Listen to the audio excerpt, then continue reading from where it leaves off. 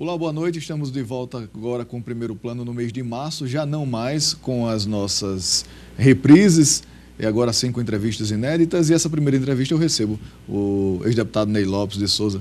Boa noite, deputado. Seja muito bem-vindo. Boa noite, é uma alegria estar aqui. Parabéns pelo programa. Muito obrigado, deputado. Eu soube que o senhor, o meu amigo Ney Júnior, gosta muito do programa. Ney, inclusive, disse que grava quando não pode assistir. Tem uma coleção de gravação. Que coisa boa. Fico muito feliz. Deputado, vamos começar essa entrevista conversando um pouco sobre a situação local. Depois a gente vai para um plano nacional que a gente tem muito que conversar, infelizmente, em tão pouco tempo. Mas qual é a avaliação hoje, se já dá para fazer uma avaliação hoje do governo, do novo governo Robson Faria no estado do Rio Grande do Norte? Eu acho que é um governo determinado, Robson. É um governo que está provando que sabe o que quer e enfrenta dificuldades e não se intimida com elas.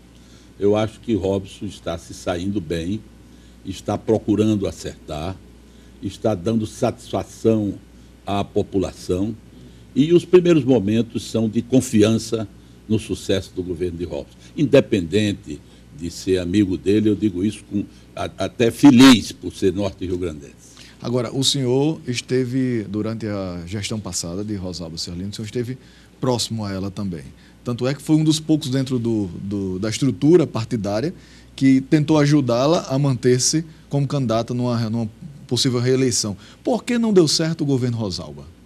O governo Rosalba deu certo. O que não deu certo foi a coligação que ela fez, que permitiu a montagem de um complô, inclusive com os seus próprios companheiros do DEM, para destruir a imagem dela. Você está vendo aí o que é que resultou de criminalidade, de malfeitos do governo Rosalba?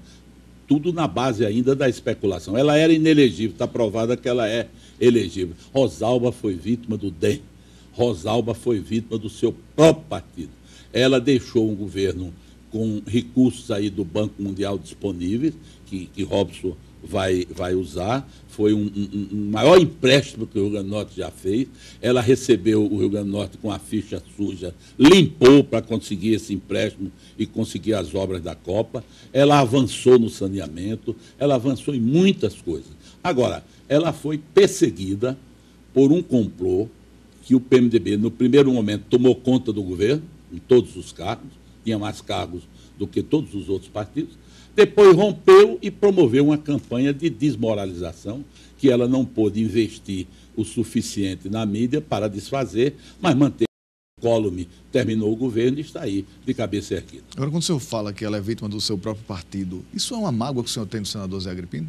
Não, mágoa não, a gente não faz política com mágoa, nem botando mágoa no freezer, sabe? É uma constatação, o Rio Grande do Norte sabe. Eu fui vítima também do DEM. Eu era candidato a senador, ela a governador, eu a senador, que era a minha grande aspiração. Zé Agripino não deu nem resposta. Zé Agripino transformou o DEM numa propriedade dele. Ele era presidente nacional, presidente estadual. Meu filho foi vereador em Natal, foi o único vereador que não presidiu o diretório municipal. Todos os outros presidiam os diretórios municipais dos seus partidos. Nós passamos por momentos de grande restrição. Isso não me afasta no sentido pessoal de Zé Agripino. Acho um cidadão e com quem eu tenho relações, não há inimizade, não há mágoa, mas eu não posso cobrir o sol com a peneira, né, Daniel? O senhor está falando de ter sido preterido, o senhor colocou aqui a situação partidária que aconteceu com a ex-governadora Rosalba Ciarline,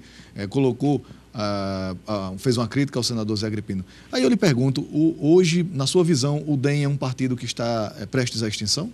Já se extinguiu. O DEM é um partido que não existe mais, vai apelar para uma fusão.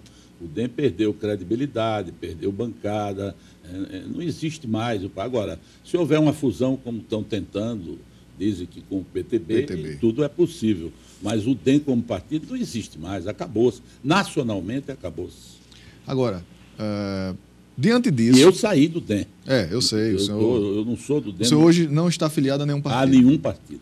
Certo. Aí vou lhe perguntar, pretende se filiar, pretende ainda... O senhor sente falta da vida de legislador? Sinto. Eu sou um legislador, sobretudo, muito preocupado com o Rio Grande do Norte. Eu criei o crédito educativo hoje, FIES, e vejo aí deturpado. O estudante da universidade pública não tem direito ao FIES, devia ter, porque na minha lei de 75 tinha. Eu vejo aí a possibilidade de uma área de livre comércio no Rio Grande do Norte e ninguém se interessa, que daria 40, 50 mil empregos. Então, eu sinto saudade da tribuna legislativa para fazer a defesa do Rio Grande do Norte. Eu acho que o Rio Grande do Norte está sem defesa objetiva, pragmática. E eu pretendo me filiar a um partido, e se isso for possível, e tiver saúde, com a bênção de Deus, daqui em 2018, até disputar o Senado, que é o meu grande sonho. Agora, isso vai depender de muitas circunstâncias. O senhor não arriscaria voltar para a Câmara dos Deputados? Não, eu não arriscaria, porque eu passei 6 legislaturas na Câmara, 24 anos, e a Câmara é muito grande, muito dispersa. O trabalho para você fazer na Câmara é um trabalho de afirmação. Eu, graças a Deus, tive essa afirmação, porque eu tinha um respeito lá na Câmara. Mas você fala uma vez por mês, você não tem... O Senado não, o Senado lhe dá mais uma oportunidade de debate, mais tempo para falar na tribuna, possibilidade de reuniões, de convocar debates. Vamos voltar agora para o âmbito nacional, aproveitando seu conhecimento, e eu queria lhe fazer uma pergunta. O Brasil vive hoje um clamor, de certo momento, até pelo desgaste vivido pelo atual governo, pela presidente Dilma. E esse clamor fala muitas vezes, claro que dividido, alguns querem dar apoio, outros não, mas fala-se até impeachment. O senhor acha que hoje no Brasil cabe uma atitude radical como essa de um impeachment de uma presidente da República? O senhor me responde em 1 minuto, a gente vai para um breve intervalo, já o primeiro plano está de volta. Estamos de volta com o segundo bloco do primeiro plano, falando aqui com o deputado Ney Lopes. Deputado, eu lhe perguntei, antes da gente ir para o intervalo, sobre impeachment. O senhor acha que cabe, existe espaço hoje no Brasil para um ato tão radical quanto esse? Não digo que possa ser requerido amanhã, mas não é impossível. Porque, do ponto de vista constitucional e do ponto de vista da Lei 10.79, que regula o impeachment, que é de 1950, há um item de crime de responsabilidade que obriga o Executivo, no caso a Presidente da República, bem aplicar e fiscalizar os recursos públicos. Então, você há de convir que essa regra aí, ela é, de certa forma, objetiva e subjetiva. E o que nós estamos vendo na Petrobras é um escárnio. Fala-se em 100 milhões para devolver como troco. Estou dando troco aqui de 100 milhões de dólares. Isso é coisa nunca vista, eu acho que até no mundo, né? Então, se, de um lado, não há ainda um vínculo, digamos, direto, ligando esses fatos à presidente Dilma, eu acho que essa expressão da Lei 10.79, quando fala em aplicação legal, probidade na administração, pode levar a uma interpretação do Congresso de que é causa de impeachment. É uma questão a evoluir. Eu não diria que hoje essa prova, esse entendimento está formado. Mas não é impossível, do ponto de vista jurídico, a construção de um raciocínio que, naturalmente, tem que se somar a outros fatos, além dos que nós já conhecemos. O fato, por exemplo, de isso acontecer na gestão dela, um desvio de um montante desse que assusta, e assusta até o descaramento com que os envolvidos falam, claro, nesses valores gigantescos. O senhor acha que o fato da presidente dizer que não sabia, ou vamos supor que ela realmente não tenha conhecimento, só o fato de acontecer na gestão já caracterizaria algo para que ela não fosse mais a nossa presidente? Olha, é possível esse entendimento. Eu quero aqui dar literalmente o que diz a Constituição e a Lei 10.79. Diz a guarda e o legal emprego dos dinheiros públicos. Isso caracteriza crime de responsabilidade. Vamos raciocinar. Será que a presidente fez a guarda e o legal emprego dos dinheiros públicos da Petrobras? Será que fez? Claro que não. Então, é preciso provar, e o curso da instrução processual pode levar a isso, que houve omissão, houve desídia, né? Na medida em que isso se caracteriza como uma forma de culpa, mesmo sem dolo, porque não precisa de dolo, não precisa da intenção de botar o dinheiro no bolso. O crime de responsabilidade definido na lei diz que cabe à presidente a guarda e o legal emprego dos dinheiros públicos. Se você forma uma prova de que não houve essa preocupação da guarda e do legal emprego do dinheiro público, caiu na Lei 10.79 na Constituição e é causa de instauração de um pedido de impeachment. Se isso vai ser feito ou não, eu não sei, mas é um raciocínio jurídico que não é absurdo. Agora, em aberto um processo de impeachment, ele não é um processo fácil de se transcorrer e ele é longo. O Brasil vive, evidentemente, uma crise sem controle, é óbvio. Se vê inflação, se vê o aumento do dólar, a desvalorização, portanto, do real. Isso não traria mais instabilidade ao Brasil? Não tornaria mais crítica à nossa situação um processo longo de impeachment instaurado? Isso é como um doente que está sofrendo dos rins, do fígado, aí aparece um problema de coração. Será que a família vai dizer, não vamos cuidar do coração não, porque senão ele piora? Vai ter que cuidar para ver se salva. Claro que, se surgisse o impeachment, a situação se complicaria, mas, por outro lado, abriria uma luz no final do túnel. E o impeachment não é no sentido de processo. Eu vivi um impeachment desse de Collor, eu era deputado federal. Não é tão longo quanto se pensa, no máximo 2 meses pode se consumar, porque o procedimento é o seguinte, vai a denúncia à Câmara, se a Câmara admitir, a Câmara tem um juízo de admissibilidade, ela não julga. Se ela admitir, vai para o Senado. Se não admitir, arquiva. E se for para o Senado admite ou não o afastamento da presidente e é presidido o Senado pelo presidente do Supremo. É a aplicação aí da teoria dos freios e contrapesos do direito constitucional, em que os poderes se intercalam entre si. Aí o Senado, presidido pelo presidente do Supremo e composto dos senadores, aprova, considera ou não crime de responsabilidade a prova apresentada. Se considerar, afasta a presidente, assume o vice-presidente, claro, como foi o caso de Collor, e a presidente passará a responder pelas imputações criminosas do ponto de vista de responsabilidade. Não é um processo rápido, mas também não é uma coisa tão longa, porque até a produção de defesa da presidente são 10 dias depois de citada na Câmara. O de Collor, eu acho que não demorou 2 meses. Agora, isso... o senhor não nega que há um desgaste para o Brasil, principalmente para a sua... dá até solução de continuidade para as suas políticas, por exemplo, públicas, por mais deficitárias que sejam. Bem, o desgaste do Brasil já está havendo, ele apenas se agravaria esse desgaste, né? Mas eu acho que se as coisas se complicarem a ponto dos desvios serem somas fabulosas, com indícios de mau uso da verba pública, é um desgaste maior do que seria esse do impeachment. Porque é aquela história, o doente está se agravando e ninguém procura um remédio. Agora, hoje o vice-presidente do PMDB, maior partido hoje dentro da Câmara, dos maiores partidos dentro da Câmara Federal, partido esse que tem o presidente da Câmara, o presidente do Senado. O senhor acha que hoje, o senhor não acha que esse movimento pelo impeachment é muito mais político? Não, o impeachment é político. A gente não pode negar a natureza, ele não é judicial. O impeachment é um instrumento político. Mas político no sentido que eu estou colocando, de apenas isso. Sim, apenas isso, de abrir espaço para o PMDB assumir. Aí pode ser, mas eu não me parece, até porque eu tenho uma convicção de admiração muito grande pelo Michel Temer. Eu convivi com Michel Temer mais de 20 anos, professor. O senhor o acha mais preparado? O senhor o acha mais preparado do que a presidente Dilma? Acho. Michel Temer é um homem preparado, é um homem sério, é um homem ético, professor de Direito Constitucional, eu conheço bem, fomos colegas, dirigimos junto a Comissão de Justiça, e eu não acredito que ele faça corpo mole para assumir. Eu não acredito. O PMDB pode até fazer, mas eu não acredito que Michel Temer faça. Agora, hoje, dentro do Congresso Nacional, se esse processo for aberto, nas circunstâncias políticas que o governo tem hoje, lá dentro, de ter essa dificuldade de relacionamento com o Congresso, o senhor acha que esse processo, se ele for aberto, nós estaremos aí prestes a ver mais uma presidente da República sair pelo impeachment? Olha, esse processo aberto, a gente sabe como começa, não sabe como termina.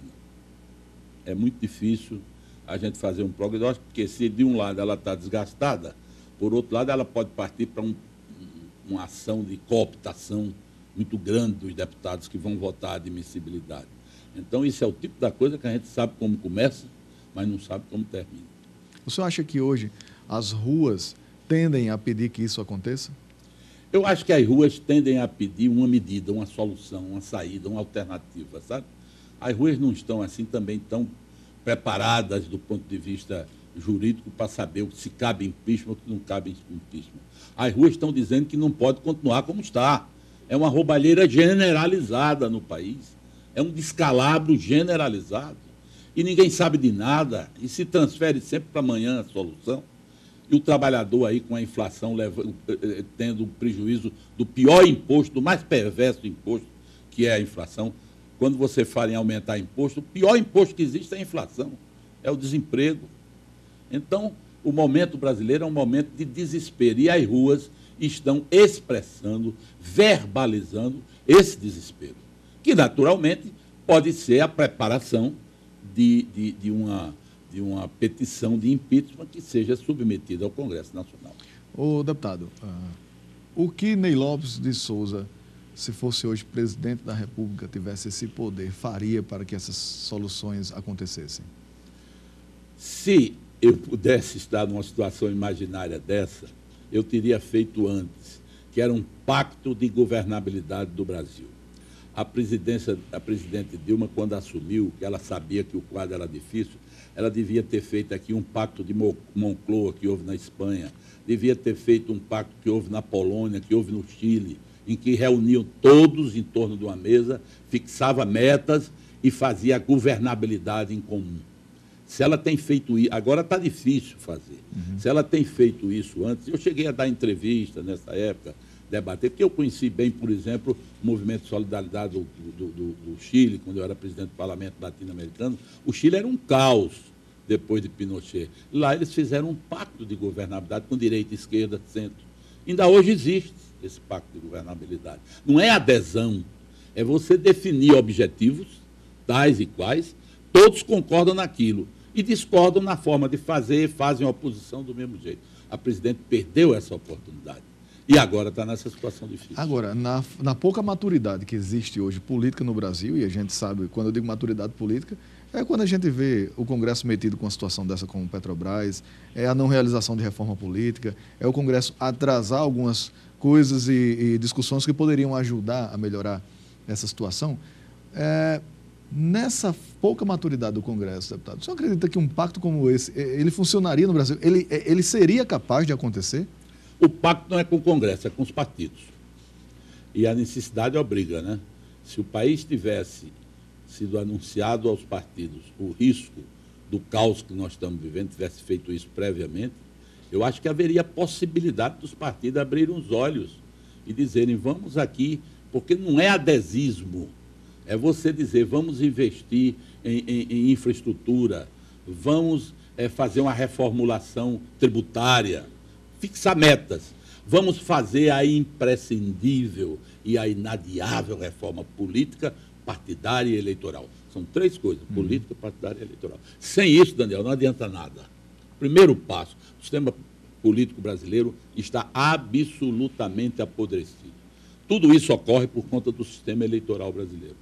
Primeira coisa a fazer, e eu acho até que uma alternativa também que a presidente podia ter, mesmo nesse momento de dificuldade, era convocar ou propor uma constituinte exclusiva, em que admitisse a possibilidade, aglutinasse os partidos de convocar uma constituinte para decidir sobre aspectos pontuais.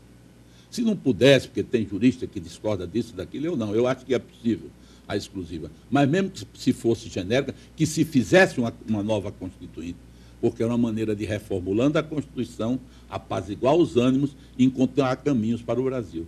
É preciso atitudes cirúrgicas para vencer um mal endêmico como esse da corrupção brasileira. Deputado Ney Lopes, eu gostaria muito de agradecer a sua participação aqui no Primeiro Plano. Infelizmente, nosso tempo é muito curto, a gente teria muita conversa aqui, até aproveitando muito da sua experiência, do seu conhecimento, mas fica aqui o convite para, em um futuro breve, o senhor voltar aqui e a gente poder discutir mais algumas coisas em relação a esse cenário político. Será um prazer, Daniel. Mais uma vez, eu lhe parabenizo. É um fórum de debate muito importante aqui, o seu programa, e eu estarei sempre à disposição para participar. Agradeço a você e ao telespectador. Muito obrigado, deputado. Você é nosso convidado para sábado que vem, 7h20, acompanhar o Primeiro Plano com mais entrevistas. Muito obrigado por sua audiência e até o próximo sábado.